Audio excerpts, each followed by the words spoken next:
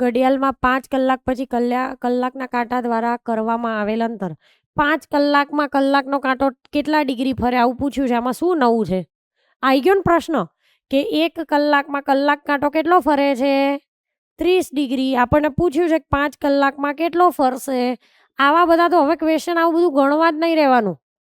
5 તરીને 15, કારણ કે આપણે સૌથી પહેલા શરૂઆતમાં જ બહુ બધો ટાઈમ લઈ લીધો આ ચેપ્ટર શીખવામાં, અને એટલા માટે જ લીધો તો કે આ પાછળના ક્વેશ્ચનમાં ટાઈમ ના લાગે. હવે ના લાગે.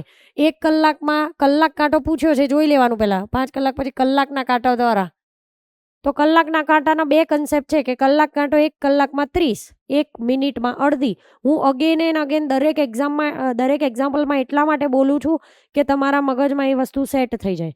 અને 1 મિનિટની વાત કરીએ તો 1 કલાકની અંદર 360 ને 1 મિનિટની અંદર 6. કલાક કાંટો પૂછ્યો તો કલાક કાંટો 1 કલાકમાં 30 ડિગ્રી, 5 કલાક પૂછ્યા છે, 5 તરીને 15.